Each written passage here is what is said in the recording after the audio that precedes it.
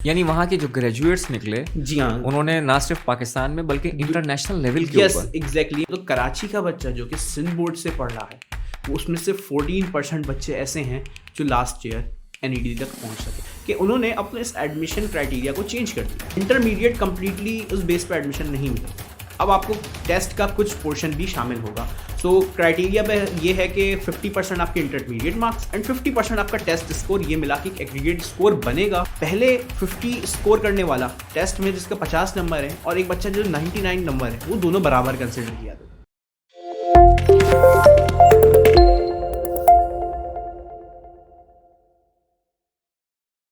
अस्सलाम वालेकुम, this is the second podcast of minder academy और मैं हूं आपका होस्ट वजाहत अब्बास।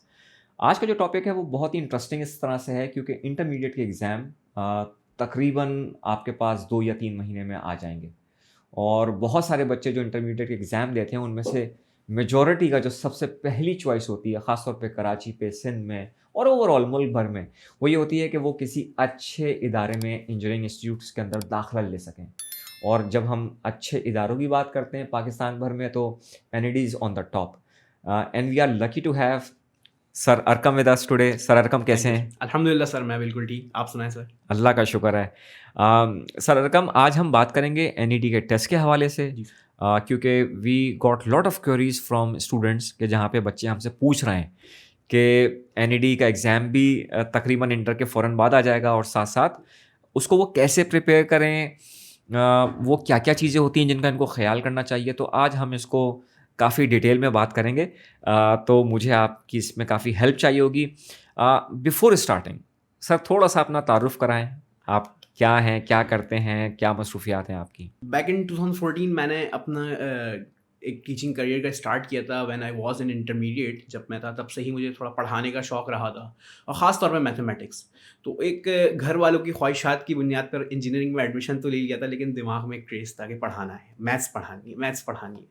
सो 2016 में एडमिशन हुआ यूनिवर्सिटी में, 2019 में ग्रेजुएट हो गया और उसके बाद फिर अपना एक प्रोफेशनल टीचिंग करियर स्टार्ट किया from Minder Academy. Minder Academy मैंने ज्वाइन किया और as a subject expert of mathematics, और फिर यहाँ से मैं प्रमोट हो गए, फिर एप्टीट्यूड टेस्ट की तरफ आया और कराची के डिफरेंट इंस्टीट्यूट में भी साथ साथ मैं एफिलेटेड रहा और स्टिल मैं पढ़ा रहा हूँ। डिफरेंट इंस्टीट्यूट्स के अंदर मैथमेटिक्स पढ़ाता हूँ और माइंडर एकेडमी में यहाँ पर भी मैथ्स में स्पेसिफिकली मैं एप्टीट्यूड टेस्ट प्रोग्राम के अंदर में ज़्यादा अमल दखल रहता है, क्योंकि मुझे ज़्यादा शौक़ है कि बच्चों को उस यूनिवर्सिटी तक पहुँचाया जाए जहाँ तक वो जाना चाहते हैं। सर अरकम, मैं चाहूँगा कि आप थोड़ा सा अपनी क्वालिफ़िकेशन और अपनी एकेडमिक्स के बारे में हमारे स्टूडेंट्स के साथ शेयर करें। अच्छा, 2014 में मैंने जब इंटरमीडिएट अपना कंप्लीट किया तो एक as a middle class family belong करने की वजह से मैं एक बहुत हाई फाई प्रोफेसर अफोर्ड नहीं कर सकता था। तो एक मार्केट में एक नॉर्मल से कोचिंग सेंटर के अंदर एडमिशन ले लिया, वहाँ से एप्टीट्यूड टेस्ट की प्रिपरेशन की और एक ड्रीम था कि एनईडी जाना है और इसके लिए पर मैंने अपना एक साल वेस्ट भी किया। 2014 के बाद मैंने 2015 में दोबारा अपना एनईडी का अटेम्प्ट दिया और फर्स्ट टाइम में मैं नहीं जा सका। यानी आपने अपना सेकंड ईयर रिपीट किया? यस। अच्छा, सेकंड ईयर रिपीट किया। यस। अच्छा सर, उस ज़माने में तो एनईडी में परसेंटेज की बेसिस पे एडमिशन एग्जैक्टली रीज़न यही थी रिपीट करने की, क्योंकि मैं टेस्ट तो पास कर जाता था अल्हम्दुलिल्लाह, लेकिन परसेंटेज कम होने की वजह से मैं एनईडी तक नहीं पहुंच सका। तो मैंने ये एक उस वक्त में प्लान किया कि अगर मैं एक साल अपना सेकंड ईयर रिपीट कर लेता हूँ और अपने इंटरमीडिएट को स्कोर को इम्प्रूव कर लेता हूँ तो शायद मेरे लिए एक रास्ता खुल जाए एनईडी तक जाने का। लेकिन अनफॉर्चुनेटली मैं टेस्ट में तो सेकंड टाइम में मजीद बेहतर स्कोर कर गया एनईडी के, लेकिन इंटरमीडिएट आपकी क्या परसेंटेज? मेरी परसेंटेज 74 फर्स्ट टाइम में थी 2014 में जब मैंने इंटरमीडिएट किया था, और जब मैं 2015 में आया तो जस्ट मेरा 1 मार्क इम्प्रूव हुआ था, जबकि एंट्री टेस्ट के अंदर मैंने 64 स्कोर किया था फर्स्ट अटैम्प्ट में एंड 82 स्कोर किया था सेकंड टाइम में। तो मतलब स्कोर में मेरी इंप्रूवमेंट बहुत ज़्यादा आई थी, लेकिन इंटरमीडिएट में अनफॉर्चुनेटली मैं इंप्रूव नहीं कर सका। यानी असेसमेंट टेस्ट के अंदर आपने 84% हासिल किया? 82%, यस। 82% आपने एंट्रेंस एग्जाम में लिया था। इसके बावजूद आप एनईडी नहीं जा सका था मैं। अच्छा, यानी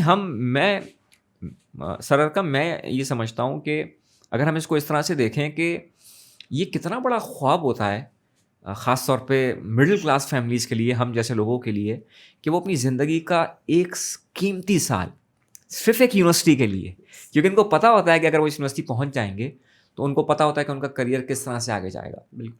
और हम अपनी ज़िंदगी का पूरा एक कीमती साल जो है वो इसमें गुजार देते हैं। बिल्कुल ऐसे। तो जब आपने 82 परसेंटेज असेसमेंट में ली, एंट्रेंस एग्ज़ाम में ली, लेकिन फिर भी नहीं हो सका, तो ये तो आपके लिए बड़ा शॉकिंग होगा।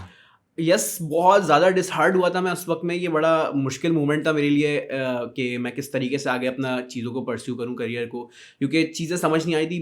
ऑप्शंस तो मेरे पास बहुत थे प्राइवेट यूनिवर्सिटीज़ के, लेकिन अगेन इशू वाज़ दैट कि एक अफोर्डिंग का इशू हो जाता है। फ़ीस अफोर्ड करना इतना आसान नहीं होता डिफरेंट इंस्टीट्यूट के। नस्ट में मैं क्वालिफाइड था, बट फ़ीस इशू की वजह से मैं नहीं जा सका था।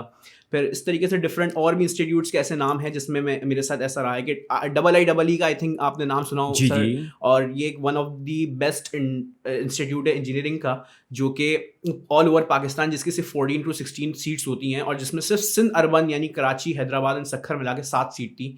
तो उसमें भी टॉप 7 में मैं क्वालिफाइड था।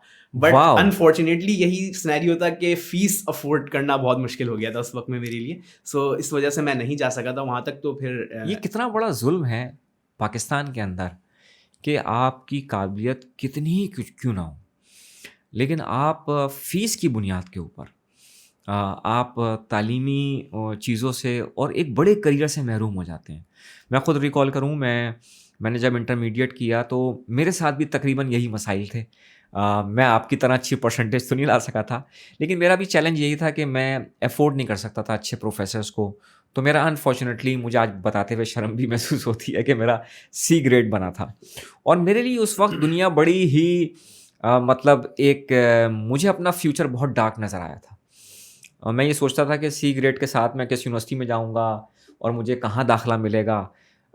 तो मैं समझता हूँ कि पाकिस्तान के अंदर ये बहुत बड़ा चैलेंज है कि चलें हम जैसे बच्चे तो चलें जो परसेंटेज नहीं लेके आ पाए, लेकिन कम से कम आप लोग जैसे स्टूडेंट्स जो इतनी अच्छी परसेंटेज रखते थे, जिनका मल्टीपल जगहों पे एडमिशन भी हो गया, लेकिन सिर्फ़ अफ़ोर्डेबिलिटी की चैलेंज की वजह से वो अपनी तालीम हासिल ना कर सके। अच्छा, मैं सिर्फ़ यहाँ पे एक बात आपको रोक के अपने सुनने वालों को ये बात ज़रूर कहूँगा, यही वजह बनी माइंडर अकेडमी बनाने की। माइंडर अकेडमी बनाने की जो सबसे बड़ी वजह है, वो यही वजह है कि इंटरमीडिएट जो है वो मेक और ब्रेक है। आपने देखा कि सर अरकम ने बताया, और बहुत सारे लोग सेकंड ईयर को रिपीट करते हैं सिर्फ़ इसीलिए कि उनकी परसेंटेज इतनी आ जाए। यानी पूरा 1 साल लगाते हैं कि कम से कम वो किसी अच्छी यूनिवर्सिटी में जा सकें। लेकिन इसको ना हासिल करने की सूरत के अंदर क्या होता है कि उनका साल ज़ाया हो जाता है। अच्छा, उसकी बड़ी वजह क्या होती है कि अगर वो किसी यूनिवर्सिटी में क्वालिफ़ाई कर भी जाएँ, जैसे सर अरकम ने अपनी मिसाल दी नस्ट की, लेकिन इसके बावजूद क्या होता है कि उनके पास अफ़ोर्डेबिलिटी का, मेरे पास भी अफ़ोर्डेबिलिटी का एक बड़ा चैलेंज था। माइंडर अकेडमी की बनाने की सबसे बड़ी वजह ये थी कि हम कम से कम जो 2 बड़े चैलेंज हैं पाकिस्तान के एक्सेस और अफ़ोर्डेबिलिटी, इन 2 चैलेंज को एड्रेस कर सकें। और कहीं पे भी बच्चा पैदा होता है, किसी भी जगह पे पैदा होता है पाकिस्तान भर के अंदर, कम से कम उसके लिए ये एक चैलेंज नहीं है कि वो फ़लाँ इलाके में नहीं पैदा हुआ, फ़लाँ शहर में पैदा नहीं हुआ, तो उस तक वो चीज़ मिलेगी नहीं। दूसरी बात ये कि पैसे की बुनियाद के ऊपर हम किसी को उससे तालीम का हक महरूम नहीं करते। So this is the philosophy why we started Mindter Academy, and we are lucky to have a team like Sir Arqam with us. अच्छा सर अरकम, यहाँ तक तो ये बात हो गई। अच्छा, उसके बाद फिर आपने जो दाखिला लिया, फिर आप कहाँ गए, आपने क्या किया? जस्ट मैंने बीएस प्रोग्राम कराची यूनिवर्सिटी में पेट्रोलियम में एडमिशन ले लिया, लेकिन अगेन वही के मैंने अपने जैसे बताया था कि क्रेज था कि मैथ्स रिलेटेड चीज़ें पढ़नी, या तो इंजीनियरिंग करनी थी या मैथ्स। तो अच्छा। इंजीनियरिंग में जब चला गया तो फिर आइडिया हुआ कि नहीं, ये मेरे मतलब की नहीं चीज़ है। मैं पढ़ना तो है, क्योंकि ऑलरेडी 1 साल वेस्ट कर चुका था, मज़ीद टाइम था नहीं वेस्ट करने का। तो 4 साल का करियर मैंने वहाँ से अपना कंप्लीट कर लिया एकेडमिक्स का। और जब मैं 2019 में ग्रेजुएट हुआ और कोविड फ़ौरन लग चुका था, तो इंडस्ट्रीज़ में जॉब मिलना भी बहुत ज़्यादा मुश्किल हो गई थी। तो बस उस वक्त मैंने अपने इस पेट्रोलियम फील्ड को खैरबाद किया, अल्लाह हाफ़िज़ किया, और अपना पूरा फ़ोकस पढ़ाने की तरफ कर दिया। और मैं उस दौरान में भी ऑनलाइन टीचिंग करता रहा, और क्योंकि यूनिवर्सिटी में जब तक था तब भी मैं पढ़ाता था, तो थोड़ा-सा ये चीज़ एक्सपीरियंस मेरे काम आई। और इस कोविड में अल्हम्दुलिल्लाह फिर मुझे एक अपॉर्चुनिटी मिली, और फिर आपके साथ मेरी मुलाकात हुई, और फिर उसके बाद से आज हम साथ हैं, और अल्हम्दुलिल्लाह अब तक करियर चल रहा है साथ में। तो ये चीज़ें रही हैं इस दौरान में। और जर्नी मुश्किल ज़रूर होती है, लेकिन सबसे इम्पॉर्टेंट चीज़ होती है कि आपका एक गोल सेट होना चाहिए। तो बस ये मैं कहूँगा कि आपके लिए चीज़ों को कहीं जहाँ तक आप जाना चाहते हैं, वहाँ तक पहुँचने के लिए पहले अपने एक टारगेट पॉइंट आपने सेट करना ज़रूरी है। फिर उसके बाद आपने डिफरेंट रूट्स निकालने हैं कि वो रास्ता कौन सा होगा जो आपको वहाँ तक पहुँचाएगा। So this is the thing कि जिसको आपको सबसे ज़्यादा हम सबको इस चीज़ को समझना चाहिए कि पहली चीज़ जो है वो हमारा एंड पॉइंट पता होना चाहिए हमें कि हमें कहाँ पहुँचना है। सो सही। This was happened with me कि ये मेरे 2016 से 19 तक जो मैंने किया और अपनी एजुकेशन के अंदर वो सिर्फ इसीलिए किया था कि क्योंकि जाहिर सी बात है आपकी फैमिली का प्रेशर भी होता है, फैमिली से भी होता है कि बच्चा इंजीनियर ही बने, माँ बाप भी यही चाह रहे होते, तो उनकी ख्वाहिश भी पूरी कर दी। एंड लेटर ऑन फिर मैंने अपनी चीज़ों को भी जो आपका परस्यू अपना किया, पैशन था, जो वो भी है उसको भी मैंने कि पूरा आपका किया। शुरू से मैथ्स की तरफ एक यस। पैशन था, तो आप उसी फील्ड के अंदर उसी फील्ड के अंदर आपने फर्दर ग्रो किया। अच्छा सर, हम अब आते हैं, क्योंकि बहुत सारे बच्चों के हमसे जो सवालात आए हैं वो एनईडी रिलेटेड ही आए हैं। बिल्कुल। और उसमें अगर आप मुझे थोड़ा-सा पहले तो ये बताएँ कि एनईडी यूनिवर्सिटी में टोटल सीट्स कितनी होती हैं, कितनी फील्ड्स हैं? थोड़ा-सा अगर आप मुझे इसमें स्टैट्स बता सकें। अच्छा, एनईडी यूनिवर्सिटी के इंट्रोडक्शन से स्टार्ट करते जी हैं। Sir, NED please. की एक बहुत बड़ी लेगेसी है। ये 101 साल पुरानी यूनिवर्सिटी है। More than establish 100 years. Yes, ये 1921 में एस्टेब्लिश्ड हुई ब्रिटिश इंडिया के दौर में, और मतलब पाकिस्तान गवर्नमेंट के पास तो ये बाद में आई है। ये पहले ब्रिटिश गवर्नमेंट के हाथ में थी यूनिवर्सिटी, और इसकी एक अपनी लेगेसी, एक क्लास है। क्योंकि इनको जो डेवलप करने वाले लोग थे, जिन्होंने इसको बनाया है, वो एक बहुत ही हाईली एजुकेटेड पीपल्स थे, जो कि यहाँ के नहीं बल्कि यूरोप के पढ़े हुए थे। उन्होंने इस यूनिवर्सिटी को क्रिएट किया था। सर इनका जो मेरे ख्याल से नादिर डिनशॉ। यस, ये नादिर शाह, एडलजी एंड डिनशॉ, ये सारे बाहर के ग्रेजुएट्स थे। इन्होंने एक एक इंजीनियर, पारसी फैमिली थी। यस, पर्शियंस थे ये। इन्होंने अपना इस चीज़ को, इस प्रोग्राम को स्टार्ट किया। तो one of the oldest university in Pakistan जो है वो हमारी एनईडी है। और इसके लेगेसी के हवाले से एक बात और मैं शेयर करना चाहूँगा कि मतलब एक ये मेरे लिए एक बड़ा फ़खरिया मोमेंट है कि जब मैं अपनी ग्रेजुएशन के दौरान में एक टीचर से पढ़ता था, सर शकील अहमद मनीरी साहब। वो टीचर जो हैं वो एनईडी के ग्रेजुएट थे। बैक इन 1974 वो मैकेनिकल इंजीनियर थे वहाँ के। He is too aged now. And उनकी सबसे अमेजिंग चीज़ ये है कि पाकिस्तान का एक बहुत बड़ा इदारा, पाकिस्तान स्टील मिल्स, उसको बनाने वालों में से एक वो भी थे। उसके उस पैनल इंजीनियर्स में से ये थे। यानी वहाँ के जो ग्रेजुएट्स निकले, जी हाँ। उन्होंने ना सिर्फ पाकिस्तान में बल्कि इंटरनेशनल लेवल के यस, ऊपर। एग्जैक्टली, मैं यही कहना चाह रहा था कि ये यूनिवर्सिटी की लेगेसी यही है कि यहाँ के ग्रेजुएट्स ने इतने बड़े काम किए हैं कि बहुत सारी चीज़ें तो अभी हमें पता ही नहीं है, कि जब हम करियर में आगे जाते हैं तो पता लगता है कि अच्छा, ये बंदा भी एनईडी से ही आया था। So this is the legacy. और ये बहुत ही ऐसी, वाकई किसी के लिए अगर ड्रीम है तो इसके ड्रीम होने की एक रीज़न है। मैं यही समझता हूँ कि अगर हम एनईडी की बात करें, चूँकि मेरा खुद टेक्नोलॉजी का बैकग्राउंड रहा है, मैं जानता हूँ कि सिलिकॉन वैली पे कितनी ही बड़ी-बड़ी कंपनीज़ हैं, कितने बड़े-बड़े स्टार्टअप्स हैं, कि जिनके पीछे एनईडी के ग्रेजुएट्स का बहुत बड़ी कंट्रीब्यूशन है। लेकिन साथ ही अफ़सोस ये होता है कि बदकिस्मती ये कि इस मुल्क के अंदर हम इतने अच्छे ग्रेजुएट्स, इतने अच्छे इंजीनियर्स हमने पैदा किए, लेकिन उस मुल्क में उनके लिए वो अपॉर्चुनिटीज़ नहीं मिल सकी।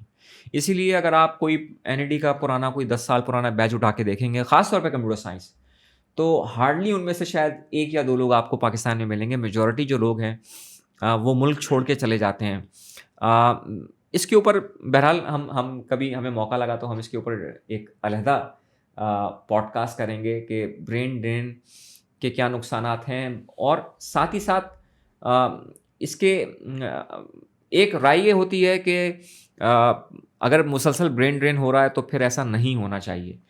लेकिन दूसरी तरफ ये होता है कि बहरहाल एक वक्त आएगा, जैसे हमने देखा कि 70s के अंदर यही सेम डिस्कशन जो थी वो इंडिया में हो रही थी। वहाँ पे बहुत बड़ा एक टॉपिक था कि ब्रेन ड्रेन की वजह से वहाँ की मशहूर यूनिवर्सिटीज़, आईआईटी और डिफरेंट जो ग्रेजुएट्स थे वो भी इंडिया में नहीं रुकते थे, और हम देखते थे कि वो वहाँ मुल्क से बाहर चले जाते थे। लेकिन हमने देखा कि पिछले 10, 15, 20 सालों के अंदर इंडिया की ग्रोथ में उन्हीं इंडियन जो कि बाहर चले गए, फिर उन्होंने अपने मुल्क को वापस देना शुरू किया, क्योंकि वो एक ऐसे मुल्क के अंदर थे कि जहाँ पे उन्होंने टेक्नोलॉजी और तरक्की को ना सिर्फ कंट्रीब्यूट किया बल्कि उसके हिस्सा बने।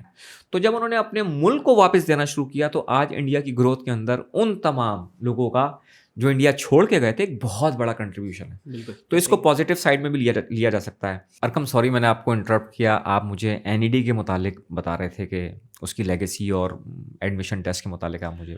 जी हाँ, लेगेसी जैसे हमने देखा कि किस तरीके से यहाँ से ग्रेजुएट्स और इंजीनियर्स बन के वर्ल्ड वाइड अपने वर्क शो कर रहे हैं, दिखा रहे हैं। और इसके साथ साथ फिर ये हम बात करते हैं अब कि लास्ट ईयर क्या रहा यहाँ पर।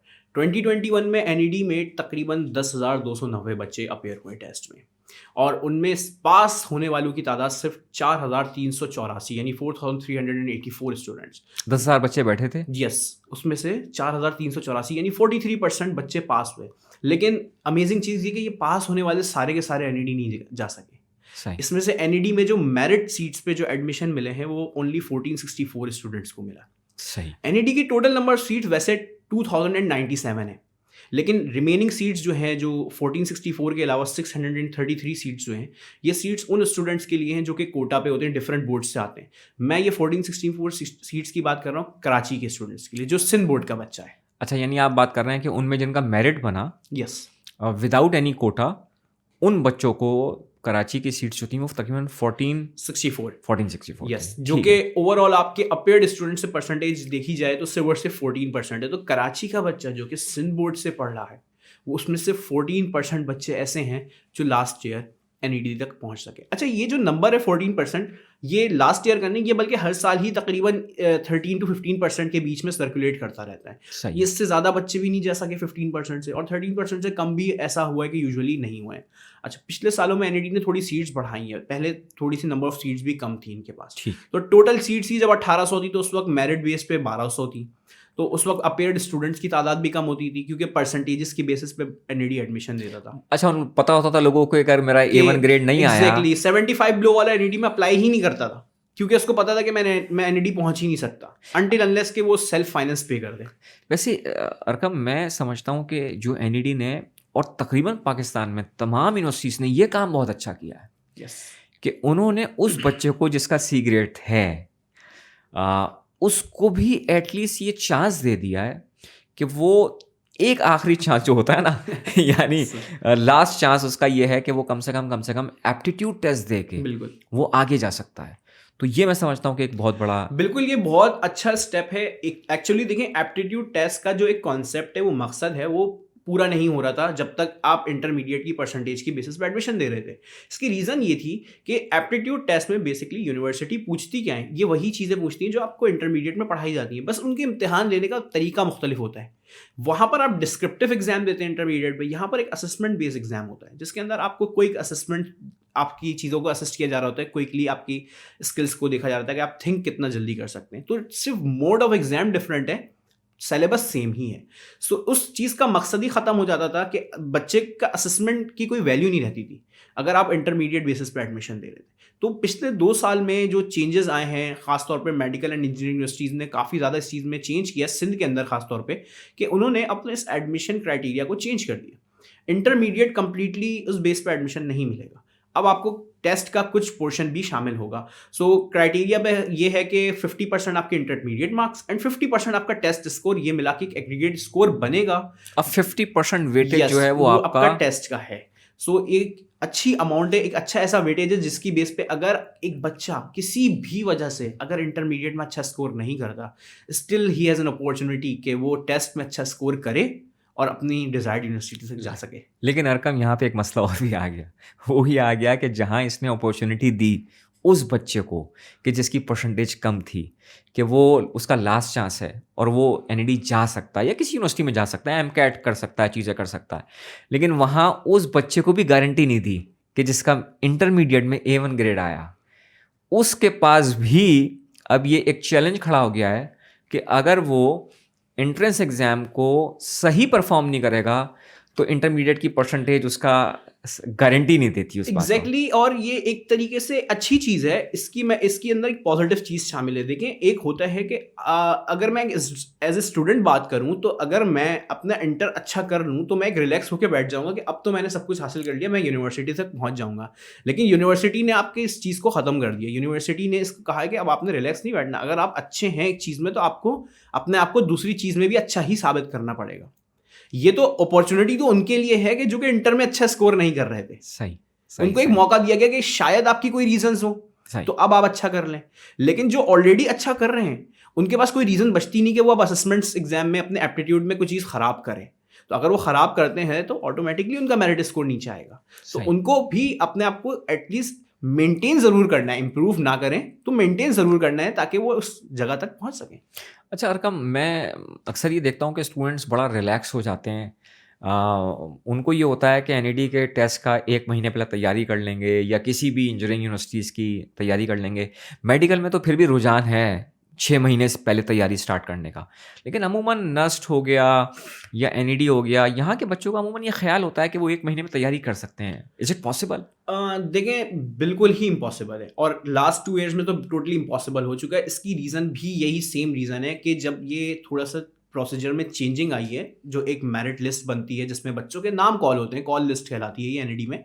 जो इस चेंज की वजह से ये चेंज आया है। अब माइंडसेट तो हमारा वही बन चुका था कि हम इंटरमीडिएट के बाद ही एप्टीट्यूड को प्रिपेयर करेंगे। पहले असल में होता ये था 2019 से पहले तक कि बच्चा इंटरमीडिएट के एग्ज़ाम से फ्री होके अपने एप्टीट्यूड के लिए इतना ही प्रिपेयर करता था जिसमें वो पासिंग मार्क्स स्कोर कर सके, क्योंकि उसको पता था कि मैं इंटरमीडिएट की स्कोर की बेसिस पे ही एडमिशन हासिल कर सकता हूँ। लेकिन क्योंकि क्राइटेरिया चेंज हो गया है, तो अब ये लाजमी है कि आपने एक प्रॉपर प्रिपरेशन करनी है। पहले 50 स्कोर करने वाला टेस्ट में जिसका 50 नंबर है और एक बच्चा जो 99 नंबर है, वो दोनों बराबर कंसिडर किए जाते थे। लेकिन अब एक 50 वाला और एक 51 वाला, ये दोनों में डिफरेंस है, क्योंकि 50 वाला नीचे है, 51 वाला ऊपर है। तो जितना गुड़ डालेंगे उतना मीठा होगा। जितनी बेहतर प्रिपरेशन करेंगे, जितना अच्छा स्कोर करेंगे, आपका मेरिट लिस्ट में नाम ऊपर आएगा। तो इसके लिए आपकी प्रिपरेशन के लिए इंटरमीडिएट के बाद और एप्टीट्यूड टेस्ट यानी आपका एनईडी का जो एग्ज़ाम है, उसके दौरान में जो महीना और 40 दिन का जो डिफरेंस है, ये इनफ नहीं है। तो इसके लिए हमें पहले से प्रिपरेशन स्टार्ट करनी है। अच्छा अरकम, यहाँ पे मैं समझता हूँ बच्चे के लिए, एक बेचारे के लिए बड़ी मुसीबत खड़ी हो गई है।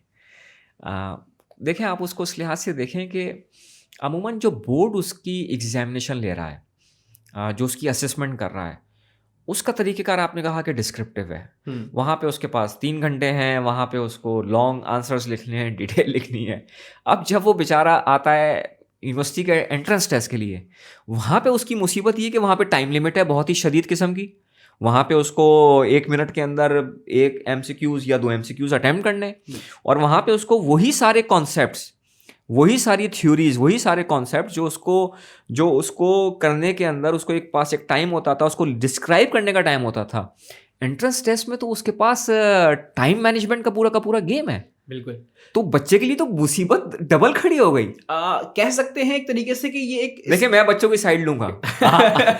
नहीं, बिल्कुल आपका आर्गुमेंट स्टूडेंट्स की तरफ से बिल्कुल ठीक है। मैं स्टूडेंट्स की बात करूँगा। आप बिल्कुल सही बात कर रहे हैं कि उसको दोनों तरफ प्रिपेयर होना, लेकिन देखें उसके लिए कितनी बड़ी मुसीबत हो गई। बिल्कुल है, लेकिन ज़ाहिर-सी बात है कि जब तक नो पेन नो गेन वाला हिसाब है यहाँ पर, कि जब तक आप पेन नहीं लेंगे आपको कुछ हासिल नहीं होगा। तो एक तरीके का अच्छा देखें, होता ही है कि प्रोफेशनली जब आप एजुकेशन की तरफ जा रहे होते हैं, तो वहाँ पर आहिस्ता-आहिस्ता करके डिस्क्रिप्टिव आंसर्स का कॉन्सेप्ट कम होता जाता है एंड असेसमेंट बेस्ड एग्जाम्स आपके बढ़ते जाते हैं। जब बच्चा यूनिवर्सिटी में भी आ जाता है, तो आपके सेशनल्स और आपके जो सेमेस्टर्स होते हैं, उसके अंदर भी ज़्यादातर एग्जामिनर्स की, आपके टीचर्स की कोशिश यही होती है कि वो आपके डिस्क्रिप्टिव आंसर की तरफ नहीं है, वो आपसे क्विक आंसर चाहते हैं। क्योंकि आपकी जितनी पढ़ाई में आप ऊपर जाते जाएंगे, वहाँ पर आपकी इस स्किल का टेस्ट नहीं होता कि आप मेमोरी कितनी अच्छी है आपकी, आप कितना याद कर सकते हैं। वहाँ पर आपके इंटेलिजेंस का टेस्ट होता है, और इंटेलिजेंस का टेस्ट जो बेस्ट कंडक्ट किया जा सकता है वो असेसमेंट्स और एमसीक्यूज बेस्ड ही किया जाता है। तो यूनिवर्सिटी अपने पास बुलाने से पहले ही आपको मेंटली ये प्रिपेयर कर देती है कि आपको इस चीज़ के लिए तैयार रहना है। आप जब तक असेसमेंट्स में कामयाब नहीं हैं, तो आपके लिए आगे ये डिफ़िकल्ट हो सकता है। तो आपको इस चीज़ के लिए प्रिपेयर पहले से होना पड़ेगा। तो ये एक समझ लें ट्रांजिशन ज़ोन है कि कहाँ आप मैट्रिक में बहुत ज़्यादा डिस्क्रिप्टिव आंसर्स देखते थे, फिर इंटरमीडिएट में आए तो वहाँ पर इंटरमीडिएट के एग्जाम्स में हमारे क्राइटेरिया थोड़ा चेंज किया। उन्होंने भी अपने 40% एमसीक्यूज़ कर दिया एंड 60% सब्जेक्टिव पे ले आए। सर, ये मैं इसी तरफ आपको लाना चाह रहा था कि देखें, बहरहाल आहिस्ता-आहिस्ता बोर्ड भी अपनी पॉलिसीज़ चेंज कर रहा है। बिल्कुल ऐसा ही है। तो इसकी रीज़न है ये ट्रांजिशन एक स्मूथ होगी, ये बहुत क्विक नहीं होगी, सडन नहीं होगी कि आप अचानक से एक साल आपने डिस्क्रिप्टिव पेपर दिया, अगले साल आप टोटल एमसीक्यूज़ पे आ जाएंगे। ये स्मूथ ट्रांजिशन है कि पहले आपके 20% आप एमसीक्यूज़ बेस्ड थे एंड 80% सब्जेक्टिव होता था, फिर आप 40% पे आए एंड देन नाउ आप जब यूनिवर्सिटी तक पहुंचते तो आपको 100% असेसमेंट बेस्ड होते हैं, यानी अपने टोटली सिर्फ एमसीक्यूज़ में आंसर करना होता है। तो ये चीज़ एक स्मूथ ट्रांजिशन है जिससे आपके लिए आपको एक डेवलप किया जा रहा है एक फेज़ के लिए, एक नए फेज़ के लिए, कि अब आपने आगे जाकर अपनी मेमोरी का इस्तेमाल कम करना है, बल्कि अपनी इंटेलिजेंस का इस्तेमाल ज़्यादा करना है। तो ये एक पूरा एक जोन है, ये एक फेज़ चल रहा है, ये एक तरतीब है जो आप स्टूडेंट के लिए इन फ्यूचर फ़ायदेमंद ही है, इसका नुकसान नहीं है। सही। हम देखते हैं अरकम के हमारे सामने आखान बोर्ड है और आखान बोर्ड 100% अपना एमसीक्यूज बेस्ड असेसमेंट लेता है एग्जैक्टली और उनकी असेसमेंट इतनी स्ट्रांग होती है कि अमूमन जहन में कॉन्सेप्ट ये बना हुआ है बच्चों का कि एमसीक्यूज के ज़रिए से कोई असेसमेंट लेना इतना, यानी किसी बच्चे की सलाहियत को जांचना, ये सही तरीके कार नहीं है। बिल्कुल ऐसा अमूमन ही कॉन्सेप्ट ये बना हुआ है। एग्जैक्टली और ये थोड़ा मिसकॉन्सेप्ट है, क्योंकि सबसे बेस्ट वे होता है किसी को एग्जामिन करने का कि उसके आप असेसमेंट्स ले लें, आप उससे किसी भी चीज़ पे किसी भी टॉपिक पे आप उसको एमसीक्यूज दें। क्योंकि एमसीक्यूज बेसिकली आपको जो ऑप्शंस दे रहा होता है वो ऑप्शंस बेसिकली ऐसे होते हैं, वो आपको डिस्ट्रैक्ट कर रहे होते हैं, चीज़ों को डिस्ट्रैक्ट कर रहे होते हैं। वो आपको एक सिनेरियो के एवज 4 डिफरेंट कंडीशंस दे रहा है कि उसमें से कौन सी पॉसिबल कंडीशन सही है। लेकिन तो सर वो इसमें मैं आपको रोकूंगा। जी सर देखें, ये डिपेंड करता है क्वालिटी ऑफ एमसीक्यूज के ऊपर। यस एग्जैक्टली अब अगर आपका सवाल ये है कि पाकिस्तान किस सन में आज़ाद हुआ और आप वहाँ लिख दें कि 1947, 1948, 1951, 1952, तो आप देख सकते हैं कि ये हमने वही सवाल पूछा कि जो जहाँ पे हम उसकी सलाहियत नहीं बल्कि उसकी मेमोरी चेक कर रहे थे। एग्जैक्टली बाज़ औक़ात यहाँ पर भी बच्चे गलत कर जाते हैं, उनकी मेमोरीज भी अच्छी नहीं होती, लेकिन आखिरकार बात इन दी एंड यही है कि सवाल की फिर क्वालिटी भी ऐसी होनी हाँ, चाहिए तो मतलब कि अगर जिसमें MCQ आप एमसीक्यूज का असल मकसद ही इंटेलिजेंस चेक करना है, नॉट मेमोरी। कुछ Exactly. परसेंट हो सकता है, यकीनन जाहिर है टोटली इंटेलिजेंस पे तो नहीं जाएंगे, लेकिन कुछ परसेंट मेमोरी का पार्ट होता है, लेकिन मेजॉरिटी इसका मकसद जो है वो है आपके कॉन्सेप्ट चेक इंटेलिजेंस करना, कॉन्सेप्ट्स के ऊपर बात करना। हाँ।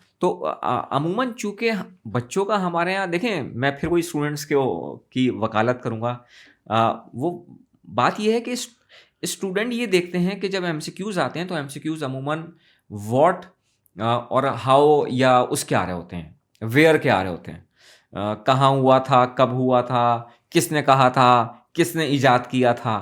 ये सवाल तो उसकी रट्टाफिकेशन को चेक कर रहे हैं, बिल्कुल ये सवाल उसके कोई कॉन्सेप्ट को थोड़ी चेक कर रहे हैं। तो इसीलिए बच्चा जो है उसको परेशानी होती है कि अगर वो एमसीक्यूज के लिए प्रिपेयर करता है, लेकिन हमने ये देखा है कि मुसलसल इसमें चेंज आ रहा है। बिल्कुल और इस दफ़ा बहुत सारे बोर्ड्स ने, पाकिस्तान में तकरीबन 40 के करीब बोर्ड हैं, ख़ुद कराची इंटर बोर्ड ने ये फैसला किया है कि वो 40% अपने पेपर का एमसीक्यूज बेस लेंगे। अच्छा सर, बात आते हैं कि बच्चे को तैयारी कब से शुरू करनी चाहिए एनईडी की? तैयारी तो देखें एनईडी की तब से शुरू है जब से आप इंटरमीडिएट में आ गए, क्योंकि आप तो आपका एनईडी में जो टेस्ट होगा उसमें 75% तो आपका वही है जो कि आपके कोर्स में शामिल है। सिर्फ 25% इंग्लिश का सेक्शन ऐसा होता है जो कि आपको किसी करिकुलम से नहीं आता, वो एक इंटरनेशनल स्टैंडर्ड को फॉलो करते हुए वो एक टेस्ट कंडक्ट करते हैं। तो 75% टेस्ट तो आपके उसी करिकुलम से। तो जब से आपने अपने इंटर की तैयारी स्टार्ट की, जब से बच्चा अपना इंटर पढ़ना शुरू करता है, तब से आपकी एनईडी की प्रिपरेशन स्टार्ट हो जाती है।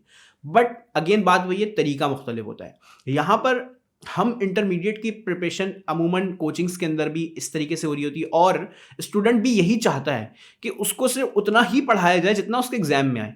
लेकिन स्टूडेंट को शायद ये बात नहीं पता होती, उसको इल्म में ही नहीं होती कि जब वो यहाँ से इंटर करने के बाद चला जाएगा और जब वो किसी यूनिवर्सिटी के एप्टीट्यूड टेस्ट में अपेयर होगा, तो उस वक्त उसके लिए कोई पास पेपर्स नहीं होंगे, कोई चीज़ ऐसी नहीं होगी जो कि उसको पता होगा कि प्रीवियस ईयर में आई थी तो इस साल ये इंपॉर्टेंट है या नहीं है। ये चीज़ उसके लिए नहीं मायने रखती। उस वक्त यूनिवर्सिटी इस करिकुलम में से कुछ भी पूछ सकती है। तो मेरा जवाब इस बात का यही होगा, मैं स्टूडेंट्स को यही सजेस्ट करता हूँ कि बेटा जब आप एनईडी की तैयारी की बात करते हो ना, तो आपकी एनईडी की तैयारी तब से शुरू होती है जब आप अपने इंटर में आ चुके होते हो। आपने डे 1 से जो चीज़ें आपने पढ़ी हैं अपने मैथ्स में, फिजिक्स में, केमिस्ट्री में, each and everything is important for you, कि आपसे कुछ भी पूछा जा सकता है। अब जहाँ तक बात आती है कि खास तौर पे सेकेंड ईयर के स्टूडेंट्स जो कि इस साल अपेयर होंगे एनईडी के टेस्ट में, अब उन्हें किस तरीके से लेके चलना है चीज़ों को। ठीक है, एग्जाम में अभी है तकरीबन हमारे पास 2 से ढाई महीने, और एग्जाम के बाद गालिबन 1 महीने का टाइम और होगा। तो सबसे बेस्ट वे जो है वो यही है कि अपनी प्रिपरेशन को बिल्कुल अभी से स्टार्ट कर दें, और ऐसे कि जो आप इंटरमीडिएट में पढ़ रहे हैं, इस वक्त सेकेंड ईयर की प्रिपरेशन कर रहे हैं, आप पहले उन्हीं टॉपिक्स को पैरेलल लेके चलते रहें फॉर एप्टीट्यूड टेस्ट। उन्हीं के एमसीक्यूज को सॉल्व करें, उसकी बुक्स को रीड करें, उनके जो असेसमेंट्स है उसको करें, प्रैक्टिस करते रहें। तो इस तरीके से आपकी साथ साथ एग्जाम की प्रिपरेशन भी डिस्टर्ब नहीं होगी, आपका इंटरमीडिएट भी डिस्टर्ब नहीं होगा, और एप्टीट्यूड भी साथ साथ चलता रहेगा। जैसे ही आपके एग्जाम्स करीब आते हैं, आप महीने का या 20 दिन का ब्रेक लेंगे।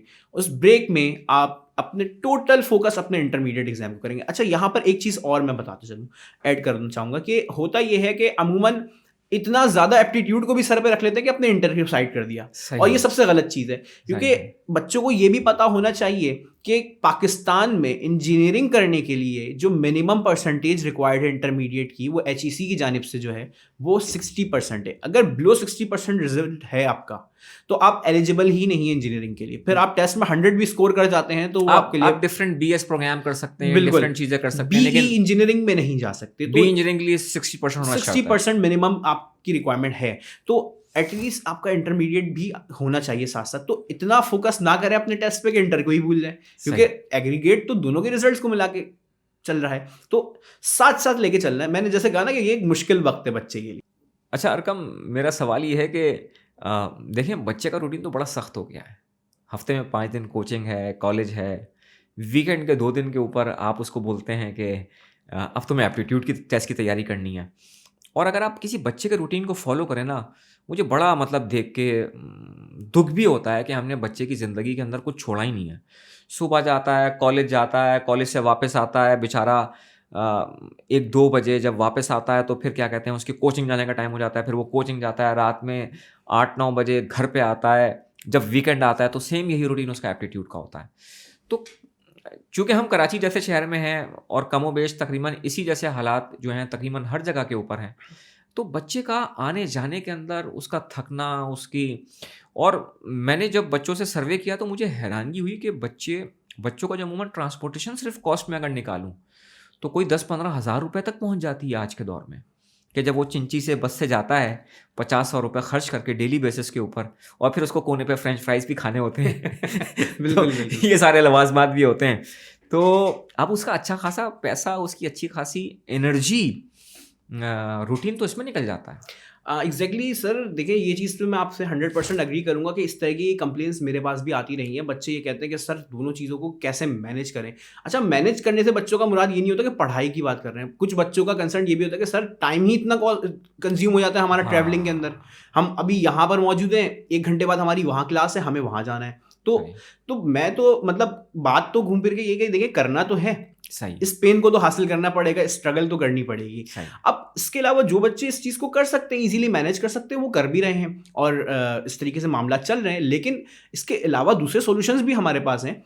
जैसे फॉर एग्जांपल ऑनलाइन की तरफ चला जाए बच्चा, ऑनलाइन आपके पास कोर्सेज अवेलेबल होते हैं जहाँ पर कंप्लीट प्रिपरेशन करवाई जाती है प्रोग्राम्स की। और इसमें मैंने देखा है कि काफ़ी बच्चे जो हैं वो इसमें कंफर्टेबल हैं। लास्ट ईयर भी मैंने देखा था, बच्चों से मैंने बात की कि बेटा आपको किस मॉड्यूल में ज़्यादा आसानी हुई, कि आप जो फिजिकली जाते थे, कोचिंग जाके पढ़ते थे या ऑनलाइन पढ़ते थे। तो बच्चों का ज़्यादातर मुझे जवाब ये हासिल हुआ कि सर ऑनलाइन ज़्यादा आसान है।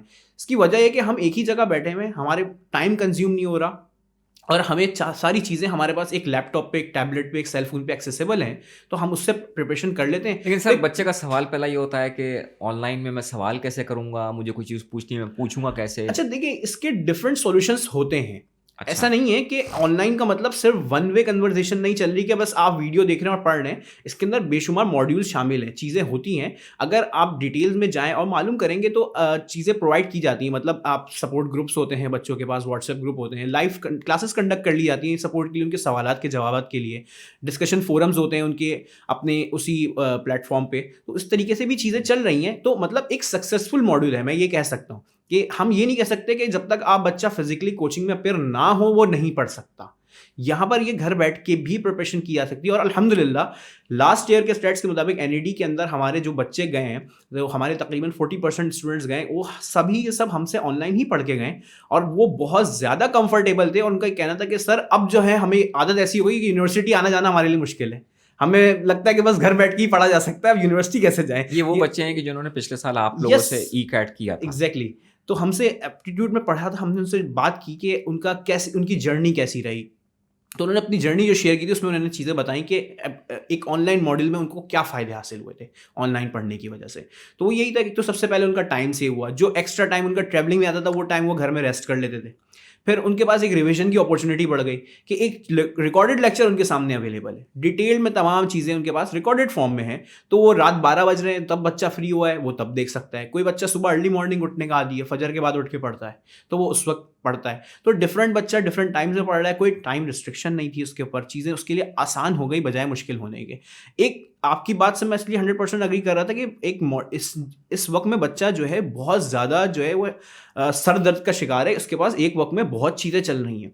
उसको अपना इंटरमीडिएट भी साथ लेके चलना है, उसको अपने कॉलेज को भी फॉलो करना है, कॉलेज वाले एग्जाम्स ले रहे हैं, उस एग्जाम को भी देना है। अब कॉलेज में कोई टेस्ट आ जाता है, कोचिंग में टेस्ट नहीं है, तो अब कोचिंग प्रिपेयर नहीं करवा रहा, ठीक है। कोचिंग में एग्जाम आ जाता है, कॉलेज में कुछ और चल रहा है, कॉलेज नहीं करवा रहा। एप्टीट्यूड में कुछ आ जाता है, इंटरमीडिएट का उससे कोई रिलेशन नहीं है, दूसरा कोचिंग वाला बोलता है वो उनका मैटर। तो मतलब बच्चा बड़ी परेशानी की है सिचुएशन में इस वक्त में।